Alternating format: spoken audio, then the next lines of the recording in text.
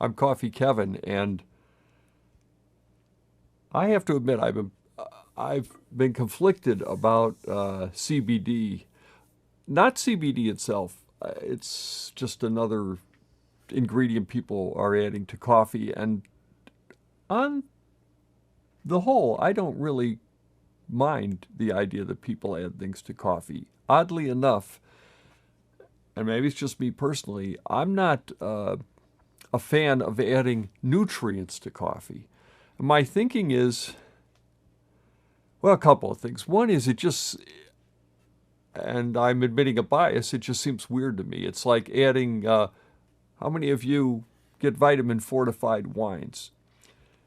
And do you not separate wine into, it's just a pure culinary thing, and you don't want anything in your wine except the wine itself? And I pretty much on that side of things with coffee. Now, here's where I am different, where I part company with a number of third wave purists that I think have established a new coffee puritanism, and that is we don't add anything to coffee.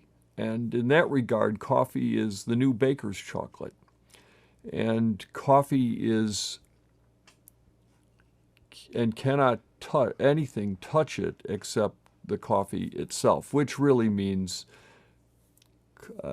coffee, ground coffee, soaked in water, so that there's, they accept, I think we all agree, we accept the brewing process. But after that, no, nothing else. And I probably part ways with that. I do think baker's chocolate's an apt, for many people, an apt description, because they simply want the two time-honored ingredients are a sweetener and some dairy. CBD is a nutrient, in effect. It's a, I suppose not technically a nutrient, but it's an additive. It is something that is being added. However, the interview that I'm going to show you today, which I did at Coffee Fest, thank you again, Coffee Fest, for letting us participate, they have an interesting thought on this, and it addresses and works to address some effects of coffee itself. So, with that in mind, let's take a look at it, and then I'm going to brew, I certainly think, an absolutely perfect siphon for you. Coffee Kevin, I'm with Alex Corin of Uncanny Wellness in Boulder, Colorado, and as I mentioned, CBD is really becoming a big product with coffee. And am I right, Alex? Yeah, it's really taking off, and there's a lot of ways to do it right and some ways to do it wrong. And most of the industry at this point is still doing CBD oils, which aren't going to be absorbed well in the stomach and are also not going to formulate well into drinks.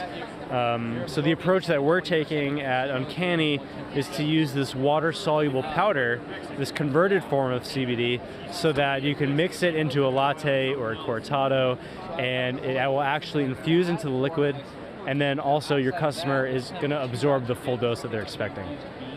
Now, just so we know, and I've got a pretty wide audience, not everybody wants to get like a marijuana high, right? And are we talking about something completely different? Yeah, it's totally different. So it is all from the cannabis plant, but there's two distinct sides to that. There's the marijuana side, which has THC present in, and then there's the hemp side of things. And on the hemp side, that has high levels of CBD, and the limit is 0.3% THC, but we just go to 0.0%. So it's completely non-psychoactive in the sense that it doesn't even hit the same brain receptors that THC does. And so you're going to get all of the health benefits, but none of the high. Okay, so and what are the health benefits, just in case someone's landed here from another planet and has not read anything about this? So the main health benefits that people like, and in a cup of coffee, one thing that people notice first off is that it sometimes can take away that jittery, anxious edge. So it's a more balanced, mellow cup. And then if you do have anxiety, or if you have aches and pains or inflammation, it can definitely help reduce those as well. And it's also the type of thing that if you have trouble going to sleep, you could put it in your tea before bed. The applications really are very far and wide, and it totally depends on what the individual is trying to achieve, and then that will dictate how much they should take, how often. It's really different for everybody. I heard that there was just yesterday, there was apparently some government decision making about this. Do you have anything on that, or is it? Yeah, so it's the FDA. The ball has been in their court since December of 2018, when it was officially removed from the controlled substances list. So that made it not a DEA thing, but an FDA thing. And now it's really up to the FDA to figure out how to regulate it and how to allow it in food and drink. They've already set the precedent currently, where if you're doing it in food and drink, then you're not going to have any problems as long as you're not making health claims. That's the big no-no. And so the public hearing that the FDA was having was really to determine, what are we going to do about this? Because it's clearly this massive industry that so many people are interested in, but we just want to do it right and make sure that people are getting clean products that are containing what they say they're going to contain. So I welcome new regulation, because right now the gray area just makes it harder to operate in. So with new regulations, we'll become a more clear path forward. Interesting. And still, are there like states and municipalities that might not understand yet that it's okay? Yeah. Certain states, or certain even cities within states, have passed laws or regulations preventing certain things, and it's honestly because of the void of regulation, because the FDA has not yet acted. So hopefully with an official FDA stance update, that they can then adjust their regulations accordingly, so that people can know how to operate within the law to incorporate this into food and drink and offer it on their coffee shop menu and stuff like that. Now, is the product that your Uncanny Wellness product, does it have a taste? Does it add a taste? Because I think with my audience, they like the way their coffee tastes. They've spent years trying to perfect the taste. Yeah, so that's one of the great things about our material, is that it's got a very, very, very small taste profile. The type of thing where if you ate some out of your hand or mix it just into a little bit of water, it would have a taste almost like a very gently steeped green tea. But then in any other complex beverage, in a latte, in a cortado, anything like that, it's going to be covered up entirely by the flavors of the drink or of the coffee itself. It sounds really interesting. This is the type of thing I hear all kinds of urban myths through friends, and just overhearing conversations on buses and subways. It's nice to have someone who actually knows give us some of the answers, Alex. Thank you. There's a lot of people that are saying this is the silver bullet cure-all for all your problems, and it has the potential to help a lot, but really it's just another tool in someone's toolkit for being healthier. And offering it in coffee shops, infusing it into your latte is just one small thing you can do for yourself to help you out throughout the day. So thank you very much for talking to us. Thank you. Well, thank you, Alex Coran of Uncanny Wellness. I just want to point out that the CBD product was brought to me several years ago by Mike Bowler and Fred McMurray and Michelle Rempel of what's their company name? It slipped me, but at least I got their names right. And Mike's passed away. I'm very sorry about that. But Mike was the one who championed it and said, you are you are going to, this is going to be in the future of CoffeeCon. And I said, well, Mike, you know, and respectfully, I didn't think so. And I still don't know, because, you know, I pretty much avoid the products that are like that because, again, they don't make sense to me in the context of coffee is culinary. Coffee is just whatever it is that makes it taste better. And certainly no one, not even these companies, are advocating that this makes coffee taste better or affects. In fact, their guarantee to you is that you won't notice it. But I did think he had an interesting angle that he had an interesting angle. So I'll give him that about it counteracting some side effects of coffee, which I don't know whether it's the idea is you can have more caffeine or certainly not affected by caffeine in any kind of negative way. I would agree with that for, I think most coffee drinkers, and maybe you have an opinion and feel free to post below, would be fine with decaf coffee most of the time. Maybe not the first cup of the day, but most of the time, I know I would. The only thing is I've never had a decaf yet that I thought tasted as good as coffee without caffeine. We'll explore that in a future show. Okay, let's make a siphon. And this is, I'm going to use a cloth filter, which is really how I like to do it. And this is, these are, you have to replace them once in a while. I get about a week or two, sometimes longer if I take good care of it. That's not always. Oh, there's one part I'm going to need, Michael, but it's the top. It's upside down. You know what I'm talking about? It's got a stem in it. It's so that we can put this at the end. We can place it in there. But anyway, once you'll have a chance. Let me get this going. What I do is I pre-boil my water. I suppose a total purist wouldn't do that. After all, we're trying to emulate every physical move that Napier, the inventor, the man credited for inventing the Syphon coffee maker, which for most of my life so far was called the vacuum coffee maker. Syphon sometimes. This is called a siphon. All right, now I pour it a little. I find there's a significant water loss, so I always pour it above the line, as you can see. You don't want to put it right up here because you do need some room for the water to expand.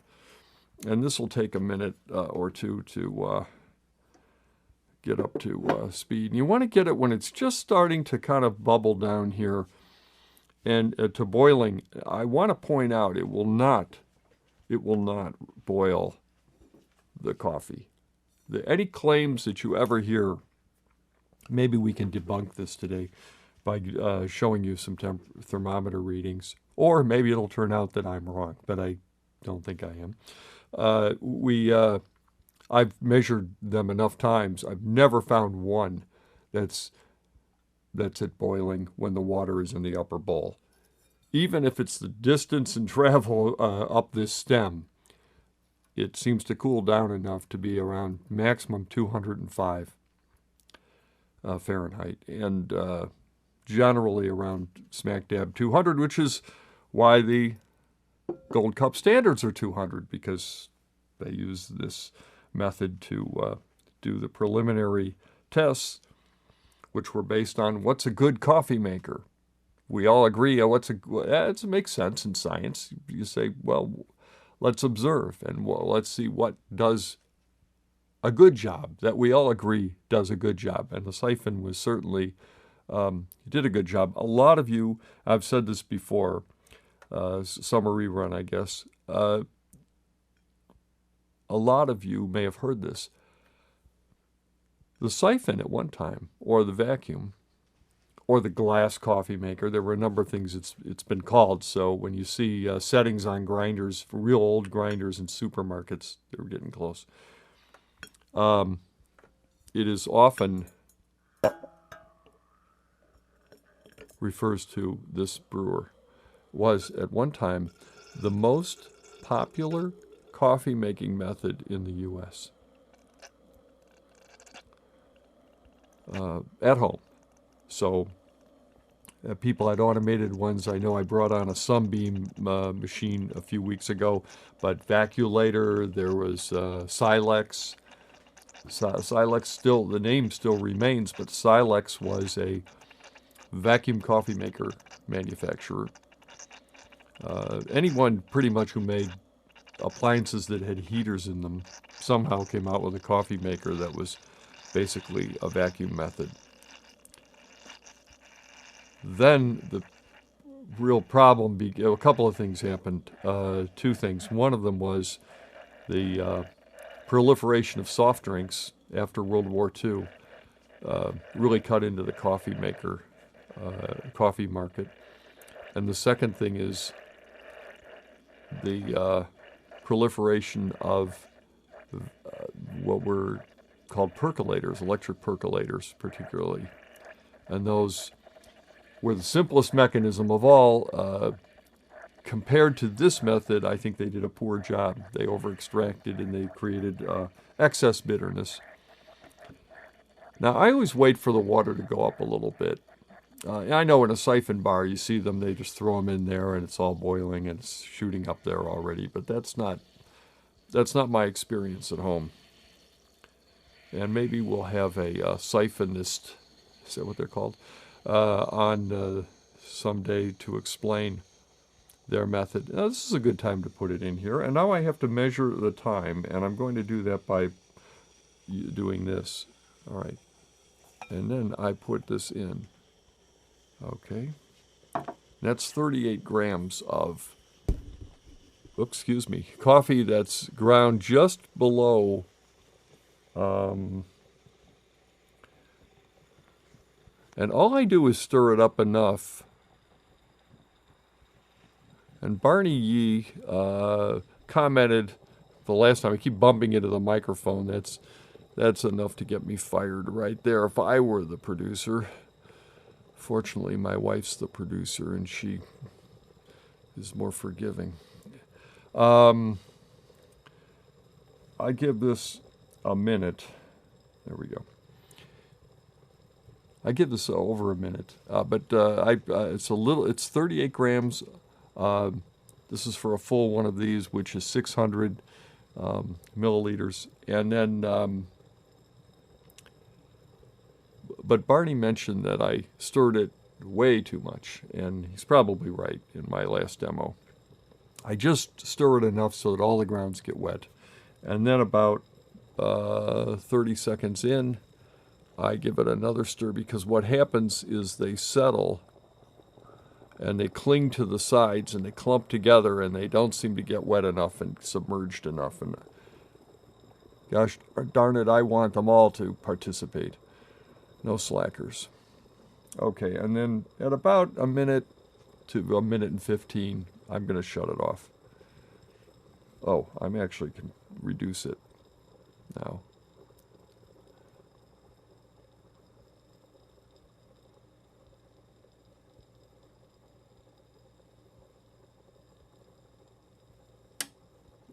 Okay, I shut it off, and then I'm going to remove it. And then I'm going to stir again, and just a little bit.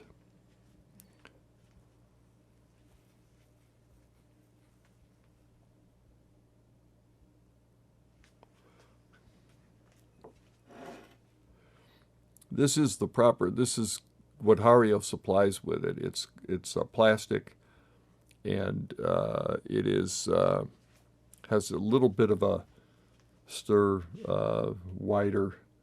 There are several manufacturers, and I use them. Their stirs all interchangeably. I have not noticed the difference. And here we go. And today it's coming out nice and quick. So they're really going to get, the important thing is let it be less than 3 minutes. 3 minutes or less. There we go. And you'll notice it's rounded at the top. And I'm just about sure that a very well-known barista champion who participates in Syphon competitions would have a name for that. I don't know what they would call it, how the roundedness is, but I learned that in the Syphon bars in L.A. That is supposedly a revered mark of distinction. It's 2 minutes and 47 seconds of contact time, which is about nigh perfect, under 3 minutes. Okay, and then that's the little part that I kind of needed the thing to stand it in, but we won't. We'll just pretend it's here. It's here, and it's just standing by itself. But I'm going to just very carefully put it on the side, which is what people do when they don't have the little top. It's a little top, and some people think you need to put that top on while you're brewing. I've never done it, and I've never seen anyone in a Syphon bar do that, but I'm sure for home models, there may be a reason to do that. This, by the way, uses infrared. And can we get an overhead shot of that, Michael? Will that show up in the overhead shot? I'll pull it into it. Yeah, that's it. That's perfect. Yeah, nice infrared. That's good. And I just turned it down, and I'm turning it off right now. And it is this is the best one for my purposes. I know there are, and look at this. See, it's right down. I put too much water in there, right down around, which means that some of that water's left. Well, some of it's evaporated as steam, but some of it's still in the coffee grounds. But this makes a nice siphon, 38 grams, just a notch finer than drip. Don't go too fine on it. Don't do an espresso grind. And, some people go a little coarser than espresso. I find that the longer I live, the more I think closer to auto drip is the right method. Oh, I was going to give you a temperature, but I can tell you, having just measured it yesterday, it's not quite the same, is it? But I'll tell you anyway. Really 197 at the very beginning, and then it goes up to about 204 at the peak. And then it's no higher than that in any of the tests I've done. So let's see if we can squeeze 3 cups out of this. 600, so about 200 milliliters per cup. And this is, I got these cups at a thrift shop. All right, that's Pat's cup. I want to make sure she gets one because I did a 2-cup coffee maker the other day, and I didn't have quite enough to give her any coffee, and I'm not usually like that. I just showed up empty-handed. Of course, I remedied the situation quickly by improvising a 1 cup on the spot, but it's, just extra effort. Okay, we got 3 delicious cups of coffee. There's probably an extra cup for someone in there. Oh, let me talk about the fundraising for a second. A couple of other announcements. And then we'll go out on we'll run that clip again. I have found a venue in L.A. that I'm very interested in. L.A., I'm thinking February 14 and 15 for L.A. It's a good time of year to be there. It's a good time of year to travel there if you wish. We do have people that travel to CoffeeCon. And I'm going to go out soon and investigate the venue to try it out and see.